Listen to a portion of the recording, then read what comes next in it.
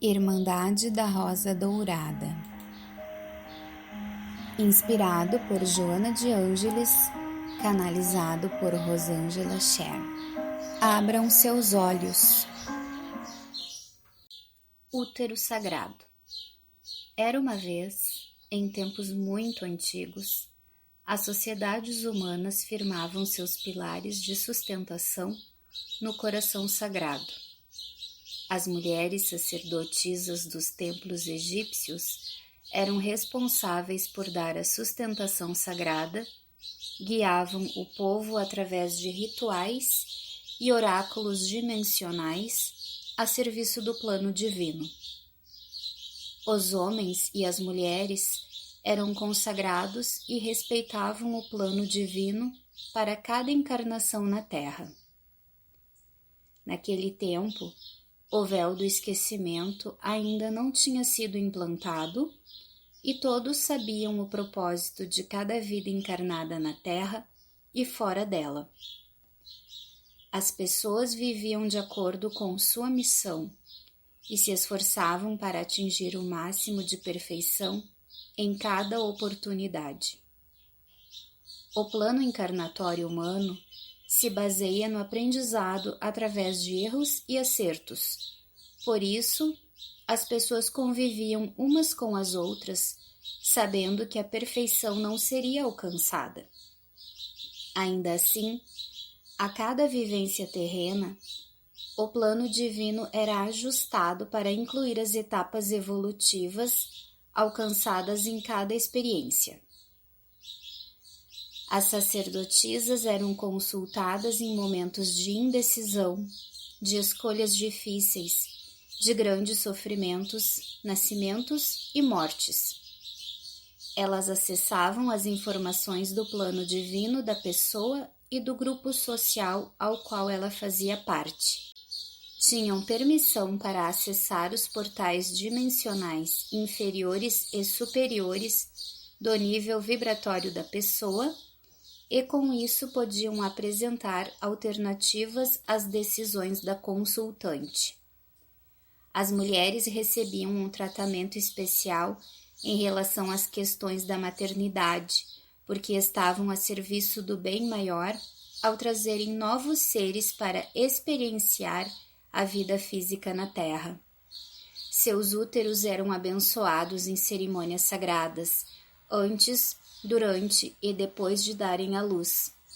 Todos os membros da sociedade local participavam dessas cerimônias para reverenciar e agradecer a dádiva por sua vida ter sido gerada dentro de um útero sagrado. A fecundação, a gestação, o parto e o desenvolvimento de uma criança até 13 anos de idade eram acompanhados e abençoados por um grupo de sacerdotisas. Elas desempenhavam funções na medicina, enfermagem, psicologia e ritualística sagradas para garantirem que os seres que encarnavam fossem os escolhidos pelo plano encarnatório divino.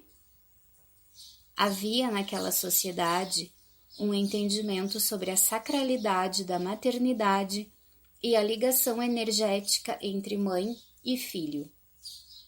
Com a fecundação e desenvolvimento do feto, um fio de luz se estabelece entre os dois, formando um par amoroso e indissolúvel. O feto passa a fazer parte do corpo e do aura da mãe, que serve de guardiã para o corpo do novo ser em formação.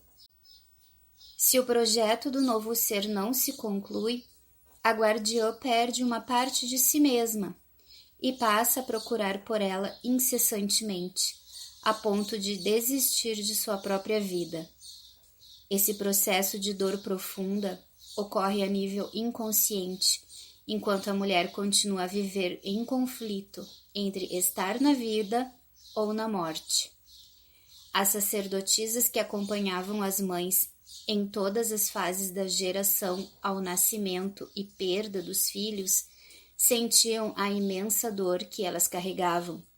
Descobriram uma forma de apaziguar os corações das mães que perdiam seus filhos. Elas criaram o ritual sagrado das mães no rio Nilo. A cerimônia era marcada pelo oráculo das sacerdotisas, que determinava a data mais compatível com a energia que seria trabalhada. As mães e os pais que perderam seus filhos embarcavam em pequenos barcos junto com seus filhos vivos para navegar pelo rio Nilo em uma procissão sagrada. As mães ocupavam um lugar de honra e as sacerdotisas permaneciam ao seu lado, irradiando energias de transmutação e harmonização nos chakras da mãe, enquanto os barcos desciam lentamente pelo rio Nilo. O percurso seguia em procissão e em silêncio, honrando a dor da família enlutada. Ao longo do rio Nilo, havia templos que sustentavam a energia cósmica correspondente a cada chakra do corpo humano. Em frente a cada templo, as sacerdotisas responsáveis pela sustentação dessa energia aguardavam a chegada dos barcos. Quando os barcos atracavam, as sacerdotisas do templo, junto com as sacerdotisas que estavam acompanhando a mãe, trabalhavam a transmutação do chakra correspondente da mãe em um processo lento e gradual de libertação do pesar da perda do filho. A procissão realizava o mesmo processo em 6 templos. Quando os barcos chegavam no último templo, a mãe, o pai e os irmãos desembarcavam e caminhavam em procissão até o templo. As sacerdotisas realizavam a cerimônia final de liberação do ser não nascido ou falecido ainda criança. Os rituais sagrados facilitavam a abertura da visão multidimensional da família, e o ser surgia em forma holográfica para agradecer a oportunidade que teve em ter um corpo físico pelo tempo que foi possível, explicar com quem e onde estava e qual seria sua próxima encarnação determinada pelo plano divino. A oportunidade de se despedir, agradecer e liberar principalmente a mãe do fardo do luto, aceitando o propósito maior do destino da criança, davam um conforto aos corações de todos os membros da família. A morte para os seres encarnados atualmente no planeta Terra gera medo e pânico, principalmente devido ao mistério e à falta de informações verdadeiras sobre a vida além da morte. Agradecemos a hierarquia divina por este chamado de luz e amor que inunda nossos corações. Aguardem o próximo chamado.